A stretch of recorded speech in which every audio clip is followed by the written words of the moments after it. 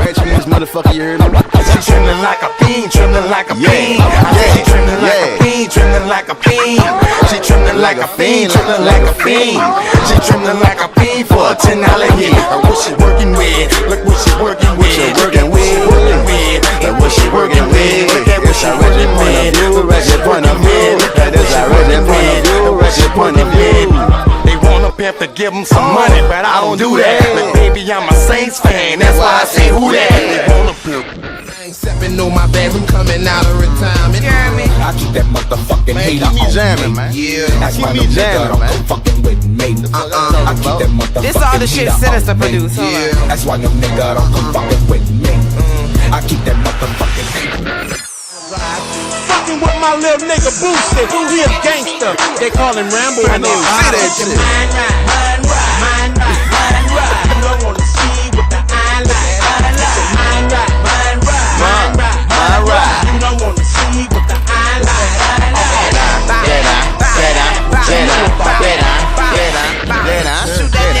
I keep money on the side for my attorney. Yeah. That pussy hope that she got Shout out like a with shirt. you.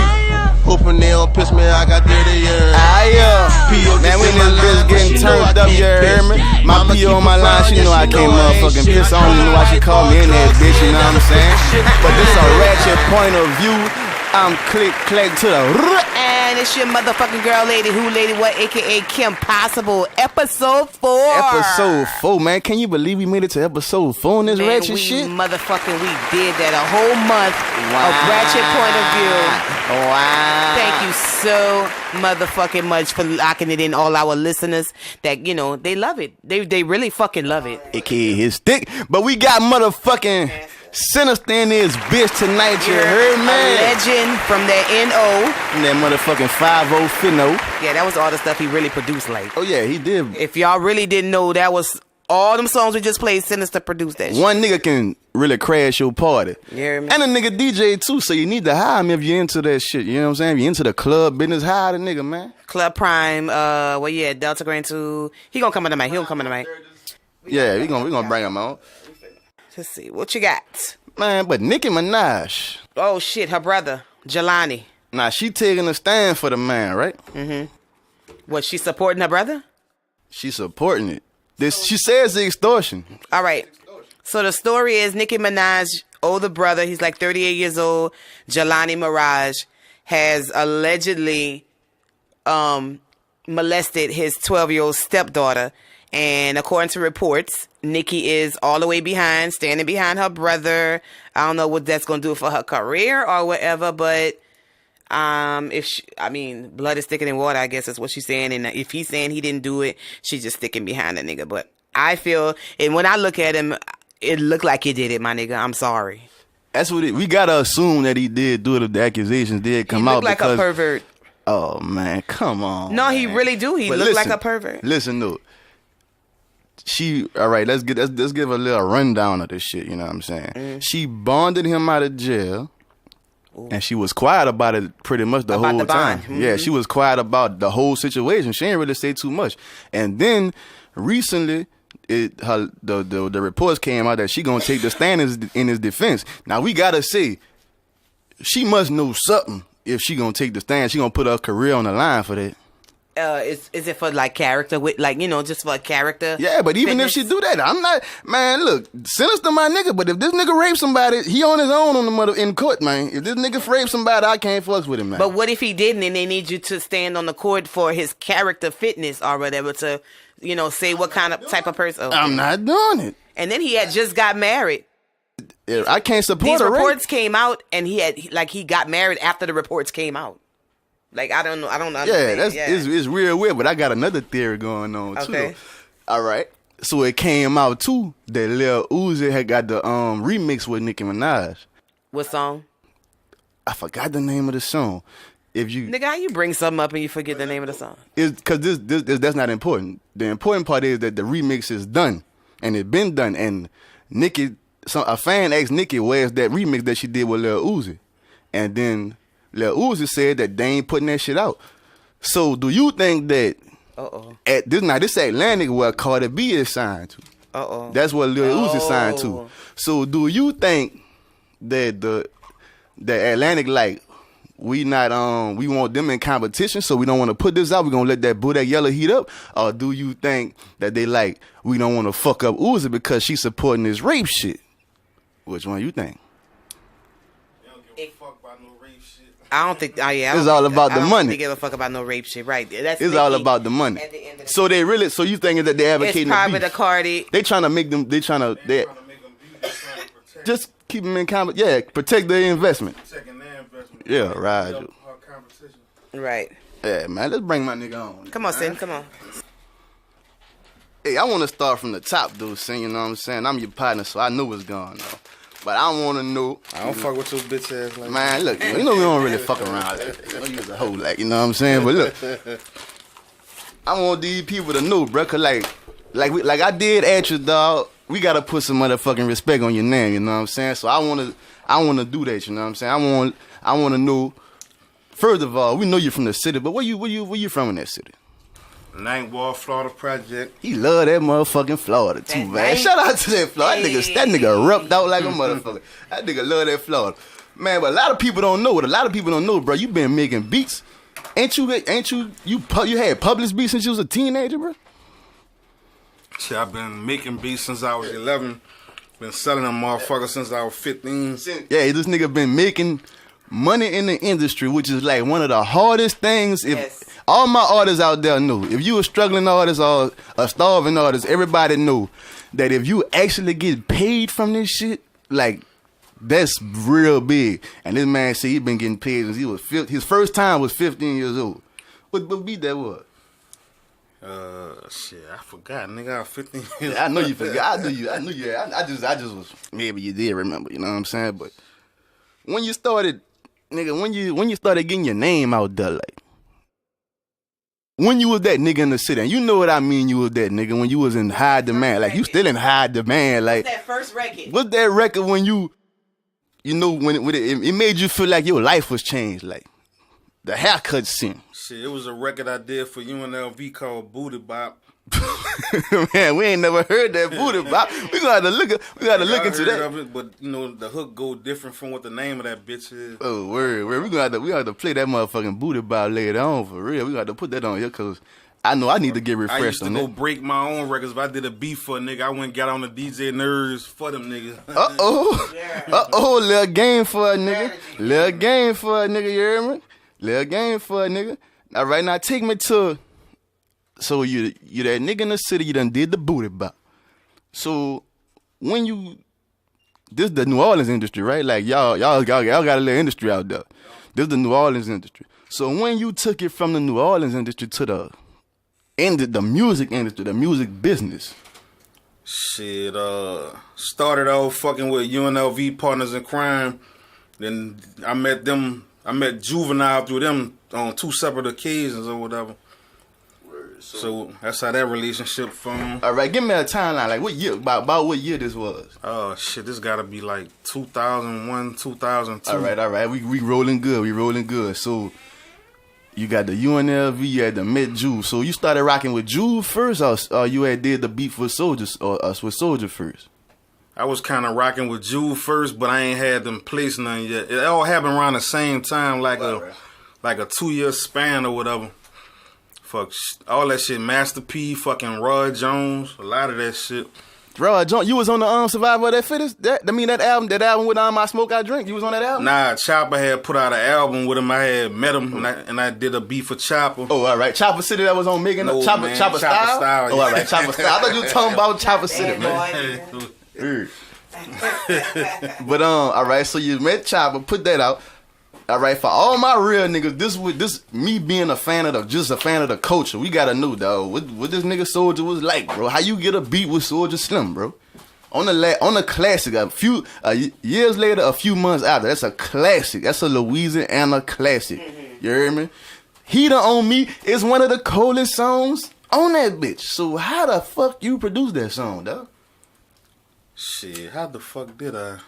Well, I ran into Slim, man. Me and Slim used to always bump into each other at the House of Blues or whatever. So he told me, you looking for some beats or whatever. So He was a character like everybody say he was? Like, he was like the nigga, he was a character like that? that nigga actually funny in person. Right. Like, Yeah, that's what I mean. yeah, That's what I mean. yeah. Like, got a personality. Clowning, cracking jokes, but when shit get real, he's stone bone serious. Right. Cut real to the for fucking aggressive. Word. Right, So, that was the first beat I ever sent him. It was, fuck. He heard that bitch. Let me hear that bitch the next day. He had BG on that hoe. But he let me hear that song. Him and Juvie did that slow motion around that same time. Oh, so you heard slow motion before it came out? Yeah. But we know one thing, You say that was the first beat you sent. We know one thing. Soulja wasn't too picky when it came to beats. Like, this nigga make a record off of pretty much any instrumental. He actually was picky. He ain't rap on just know anything. Oh, he didn't? He just wanted something that nobody else had. I feel like he made a lot of beats, though. You know how a lot of beats make artists? I feel like that nigga made a lot of beats, though. Not to say he made the beats, but he made us tolerate beats. Because I don't think a lot of people that rapped over the shit that he rapped over, though. That's what I'm saying. He was trying to find something... His own sound. For him, yeah. Well, right, only he could have made them bitches sound like that. Right. Like, he took that slow motion beat, which is some slow dog sound and shit, and made that bitch a club banger. Like, so that was his record? Banger. Yeah, that was him. He put Juvie on there. And gave the record to Juvie. Oh, word. On some Juvie bigger than me type shit, he was doing good business. You know, some business shit. Juvie, a lot of people don't know Juvie brought Slim in the game. How? I didn't know that. You put me on some shit. Like, fuck, when he was Magnolia Slim, like, Juvie make beats too, or whatever. What? He made Slim first beat, Juvie made. So he... Bro, how we ain't had this conversation yet? What the fuck? Hold on, bro. You say Juvie bought Magnolia Slim in the game. Look, I'm on the snort a pot of bag. That's Slim right there? Yeah, he made Magnolia Slim, he called at the time. Juvie made him a bounce beat.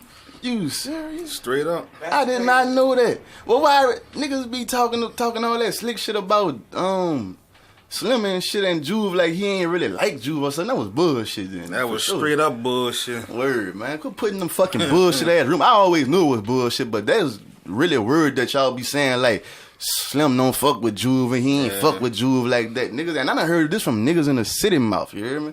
And that's bullshit. You just heard it right here on the Ratchet Point of View. Nah, them boys loved each other like brothers for real. And you can, and it sound like it in the music, though. It sound like, cause you know Juvie was on on the coldest records on that year's. Slim ain't doing no song with no nigga he don't fuck with. He don't care how much money. If he ain't fucking with you, he ain't doing it. Word. Like it's on some street shit. How you gonna give a nigga you don't like some money? Nigga might put a hit on you, anything like. Word. That's a good way to look at it. Well. Right now, take me to Juve. Like, how you started, how you got on this UTP wave? How you got on that wave right there? When he was working on that, what album was, Juve the Great, when he was just had got back with Cash Money, I was, going to the studio, just me and him and that bitch. I was in there when he recorded that I Needed in My Life. Yeah. Wow. I heard that beat, boy. I had to go tuck my little whack ass beats. That was Manny work, huh? That was Manny work, yeah, that was Manny. Yeah, he gave me a headache on that when I had to go step it up. Phew, that nigga said he heard I Needed in My Life. Cool. Why you recorded that bitch, jump. And then you hearing that top quality, that mastered ass sound. Like, we know that quality, we know that audio shit. You know what I'm saying? So actually, it was the separated files or whatever. It wasn't even mixed, yeah. Separated beats, you know what I'm saying? That's different than them MP3s we be rapping over now and shit. 2 waves, yeah. You know what I'm saying? But all right, so you started rocking with Jude, bro. Tell me about this motherfucking tour life, homie. Kevin Gates. What about Kevin Gates? Kevin, we in 03. So we in 04 now. Yeah, Kevin Gates probably still was in elementary. Man. We in 04 right now. But tell me about that tour life cause that's when you like that was your introduction to the game, right? Yeah. Yeah, that was like I had national placements like with Master P and shit, but that was my first time like seeing that shit. Like we ain't even do all the accolades, but. All right, so that was your first introduction in the game to where you felt like you was in the game. That's when you felt like you made it, right? Nigga was on the road, tour bus, that type of shit. Yeah, we ain't gonna put Juve out there like that. We ain't put him out like that, you know what I'm saying? His wife was on the road with him, shit. She was there. Beating motherfuckers up. Fuck, she was there, shit. Yeah, and that's why he got it. That's why he got us still to this day. That's why they still going hard, Miss Juve. She still going the road with him, shit. Word. That's a real bitch. So all right, now give us some records right quick on that, cause you got the gold plaque for that. You a gold. Yeah, Ratchet Check was the #1 album in the country. I got like 8 cuts on that. That was your album. That was mine. That was that nigga album, dog. We gotta keep it real. When you got 8 cuts on the album, dog, you gotta give it to that nigga, dog. That's that nigga album, dog. And then nigga got We got that what's happening on that bitch. We got that holler back on that bitch. Y'all, we gonna give them all the rest of the shit, but we got shit. I did that Get Your Hustle On, Around the Way, What's Happening. I did that Who's Your Daddy? Did that Keep Talking, Skip on that bitch. Shout out Skip. Did that Rock Like That, got Bun B on there. Know what I'm saying? Yeah. Did that Holler Back. Shit. Couple of them bonus cuts. Shit. Y'all, man, the nigga did the y'all whole go Google album. search that shit. Nigga did the fucking album. And the shit on Google, Reality nigga. check? Google that shit, Man, nigga. that bitch was the #1 song in the country. And at that time, you #1 had, album in the country, my bad. that was that around the time that you had spun that time in ATL and shit? Like, Yeah, we recorded the album like a little before Katrina in Atlanta and in Miami, like afterwards. What that vibe in ATL was like, you know what I'm saying? What that vibe was like while y'all was Shit, like, Atlanta was turned the fuck up. like it's different than can you get another vibe like that anywhere else in the world? Nah, Atlanta got their own thing going. Atlanta, a hustle city. Shit, I made like 20 bands my first week in Atlanta. Woo! Nigga, Money, baby. Hey, tell niggas about them. That's when publishing BMF was still strong out there doing their thing. Black Mafia.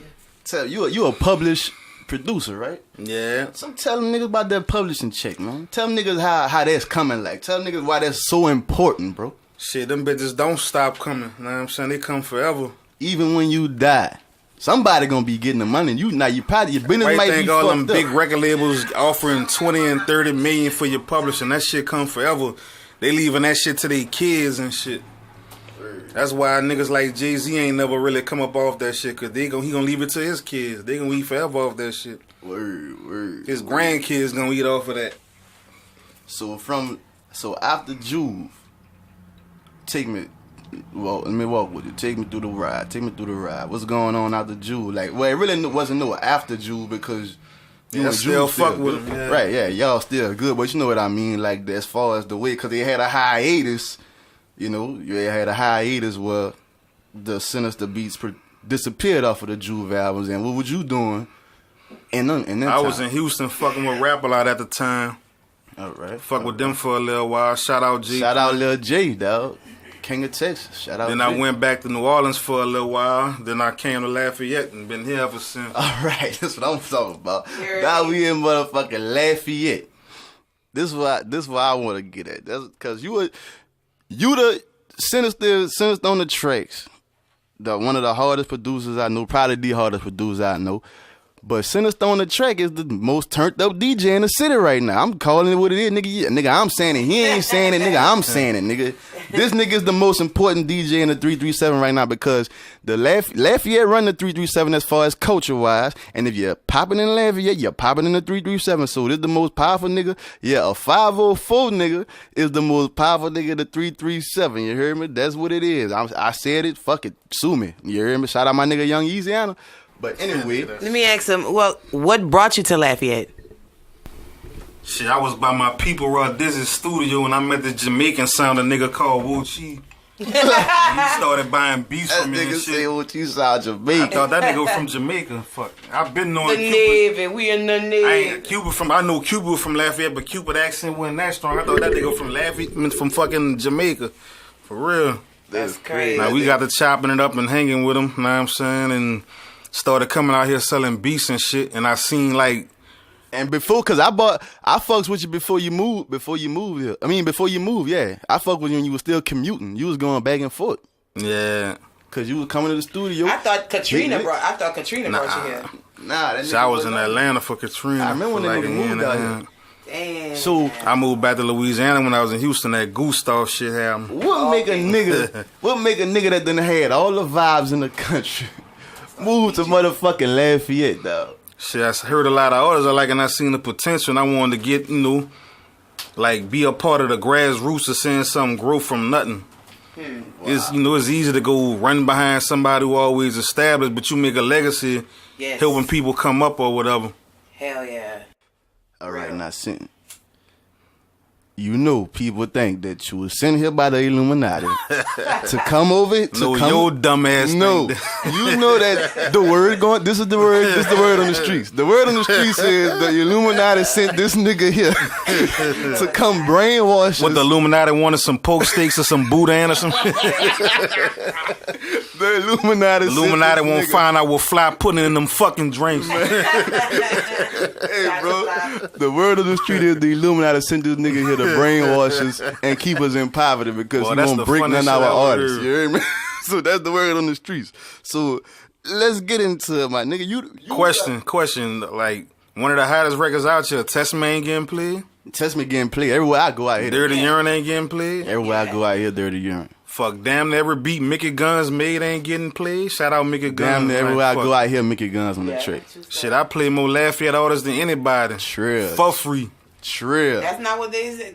That ain't the word. No, the ones who ain't getting played, they gonna say that because they ain't the ones getting played. Like, niggas saying there's some G shit going on here, man. Niggas saying some Illuminati shit. If enough people request it, I'ma play it. Like, I work for the people.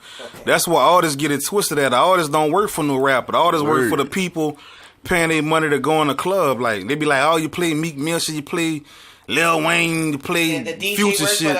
Because the people want to hear them. You gotta work to. They want to hear you. Fuck, it ain't nothing. So the people want to hear Test Me. The people want to hear Dirty Urine. Yep. When they posted that fucking Instagram clip when Kim recorded them by NJ, I remember that. I knew that record was a hit. Yes, them motherfuckers was 20 deep, bouncing around like crazy in that bitch. I remember that. That's how you know you got a hit. Like, if you ain't getting that reaction, you need to go back to the drum board. I remember that. Yeah. Shit ain't on me. I play a lot of records I don't like, but I don't work for me. Chaotic work from the bottom, dog. He built that bitch up, bro. Yeah. He built that bitch up. That bitch a smash. If that bitch wasn't a smash, it would not be getting played. That bitch was undeniable. So send it. That's why it's called a hit, because the bitch just hit you. From the all right, so send From it. one Instagram post, I seen that bitch and it was ever since. Yep. So send it. Straight up. Whose fault is it, bro? Why? It's a conversation. Why artists in the 337 ain't blowing up, quote unquote, like Baton Rouge artists? Because we got the talent. Everybody working. We say we working. No, they working. So, all right. Do they got the money Whose though? fault is it? Do they got the money? Do you know how much was put into Kevin Gates when he was still from my head to my toes clean? Give us a rough estimate of that shit. They had done spent like 500 bands on that man. Before he even got out of jail. Before he got to that point, yeah. Before he even got out of jail, Before he got to that point, they spent $500,000. Fuck, young boy, everybody think he blew up out of nowhere. He too young to go in the clubs, first of all. When I first heard the 38 Baby, I'm late. It was already at 2 million. Man, you had to play 2 million views. I remember one night we was in a Delta. You had to play that bitch back to back. Yep. And he fucking had, he had money behind him secretly. Niggas ain't blowing up. You ain't hearing their name for nothing. Niggas ain't just going this shit viral. This shit costs a bag. A real bag. You gotta you gotta be ready to sacrifice some fucking money when you want to jump in this shit. So that's what you saying. And that's just what it is. Like, fuck, they got a lot of talent out here, but niggas gotta spend that money on that music. Word. So Or get it hot. So for the just for the record, for these niggas out here talking that shit, send us on the track Brick Records. Shit, I give everybody a fair shake. Give them a fair shake. If it don't work, it don't work. It ain't my job to play your record 40 times to make that bitch hot. If I gotta play that bitch 40 times to make it hot, it might not be hot. Word. I played that Test Me like once or twice, and people came, who is that? What is that? Like, I play that bitch for big shows, because the Delta Grand do a lot of big shows. Lucci DJ like, man, what the fuck is that? Send me that. Like, know what I'm saying? Lucci DJ hear that bitch one time. He send me that. Must be a hit. It must be a hit. So if it's a hit, this bitch gonna work, bro. Like, a lot of artists don't look that man in the mirror. That's why you ain't popping. Shit, you can't blame no DJ. So you mean to tell me that it ain't You can blame fault? a DJ if that bitch is hitting, he ain't playing that bitch. Like, that's some gay shit though. Like, if that bitch hitting and the nigga, he holding his nuts, but like, DJs' jobs be on the line. It's only, like, the people in the club, they don't want to hear that shit. All right, I want to talk about that. How important is your job to you over making another nigga happy? Shit, my job is very important to me. That's That's how I pay my bills. I'm Shit, fucking with real that. talk, like, know what I'm saying? So you can't play. It's only so much new music you could play. Like before, Lil Muffin from Cameron Crow come knock on the DJ booth. Oh no, my ball. Put on some level or put on some boosting. That didn't happen to me before. Giving niggas a fair shake. She don't want to hear that shit. Word. So is that a DJ's worst fear is for motherfuckers to stop moving? That is the absolute worst fear. Cause a motherfucker, and this is the social media area. Motherfucker ain't like back in the day when you ain't have all this shit. If a DJ was whack, you ain't know it. But a motherfucker getting on Snapchat, getting on Twitter, getting on Instagram, this nigga whack. Right then and there. And that shit gonna spread like wildfire. Damn, so DJs just gotta protect themselves. Nigga on the high seat, nigga don't understand. It's easy. Outside looking in is easy. They got a rep to take care, yeah. Yeah, niggas got a whole reputation to keep and maintain and keep up. And he got this club on his ass. So if Bobby see that motherfucker fuck club, if Bobby hear me playing a record and the crowd ain't moving, that man is texting me, change that shit. Change it. So Bobby is that. I don't know. A lot of people don't know Bobby Kaya used to be a DJ. So Bobby is texting you. Bobby is that active.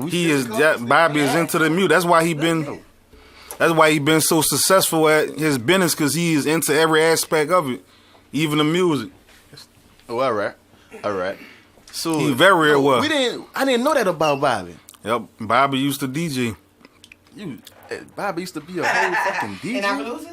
I don't know. Well, he used to DJ. Like, Dolby vouched for him. A lot of people done vouched for him. Damn. He probably went into a club, but fuck, I don't know. So Bobby just ain't no club nigga bringing niggas out. Nah, he's a DJ turned club promoter turned club owner. That's crazy. He is into the music. He won't keep his vibe a certain way. Yeah. We didn't know that. He give a lot of artists a fair shit. He let niggas come perform. He been letting a lot of niggas come perform for years, but you got to keep them people moving so they coming back every week. What about these niggas that have a gripe about like how he conducting business as far as bringing people on, like, you know what I'm saying? Like, put yourself in the promoter shoes. If you're a promoter, you trying to book who gonna bring you money, you trying to be the savior of the music scene. Like, let's be real. If you the club promoter, that's what niggas want Bobby to be the savior of the music scene. But it's easy for them to say because it ain't their money. That's right. Right. That man got to pay them bills on that lease of that building. He got to pay them DJs, them radio commercials. He got to pay for them cops to be outside to make sure no stupid shit happen. He got to pay for all that. So he got to pay who making him money. This a business. Like, know what I'm saying? So, like, if you on the streets, like, and crack ain't selling no more, niggas buying weed, you gonna still sell crack or you gonna switch up your hustle? Exactly. All right, which brings me to my next question. Do we have an industry out here? Can we even say this is an industry? Yeah, y'all have an industry. This shit better than a lot of this shit. People don't appreciate what they got. Like, y'all, like, people could still rap and do different shit. In New Orleans, all the locals want to hear is bounce. Right. Yeah. Like, so the rappers here really be like fucked up. All they want to hear is bounce in New Orleans. They ain't giving nothing else a chance till it blew. So what you got to say about people that be like, everybody around here can't blow up for one, you, and for two because everybody else always dick riding the next town and sit and shit. All I say is go get you some turntables or a MIDI controller and start DJing. Then you gonna see. Get you a job. I used to be one of them people, so it's probably karma.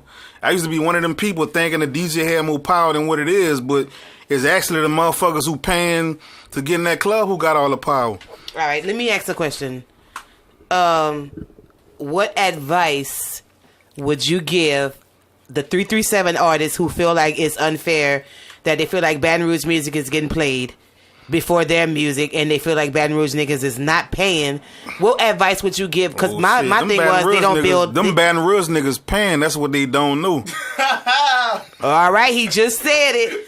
BR niggas paying for their records to be played in the flesh. Shit, holla at, I ain't gonna say nothing about no radio because that shit's right, not radio, But shit, but I'm saying, you heard it right here from a DJ. And then not only that though, they travel. Like, I've been saying this a lot. Yeah, like, they do move around. When the last time a bunch of Lafayette artists went to Baton Rouge to get their music played? They feel like they can't go to BR. Why they can't? Because they feel like they have to dummy down their situation and sound like BR in order to get listeners around this area 337 and 225 to listen to their music. They feel like they have to get a Mickey Guns beat or something, you know, sounding like BR and dummy down their talent to sound so they could get played. What's dummying down? Like you gotta cater. You gotta cater. Can't be lyrical. It gotta be something about, you know what I'm saying. All right, let's break this down. How do a lot of name a lyrical artist that's national?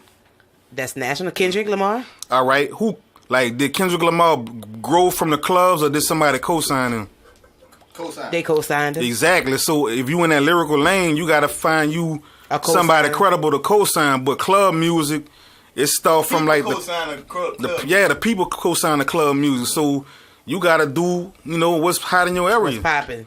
So like that's not dummying down. Juvenile did it's called giving the people what they want so they can accept what they want from you.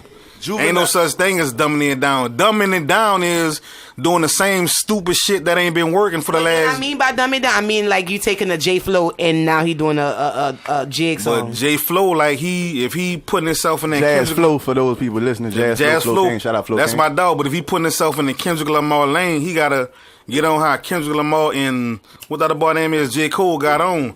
J Cole went and found him a Jay-Z. And I'm gonna say this right here, bro. Kendrick Lamar is the only nigga who I think can probably rap with this nigga. This nigga is the best rapper that I fucking personally know, dog. This nigga is the coldest nigga I ever fucking personally fucked with. Like, so if he want to get on, is what you saying? Not just saying if he want to get on, but you saying that the lane that he in, a co-sign would work. Like he don't make club music. A lyrical person don't make club music. This nigga is one of Scarface's favorite rappers. Yeah, Scarface said that at a concert. This nigga is one of Brother Miles. Damn. Favorite rappers. Like I seen this shit with my own eyes. He loved this nigga. But we got matter of fact we gonna get Flo in this bitch and we gonna let him speak his piece, you know what I'm saying? Yeah.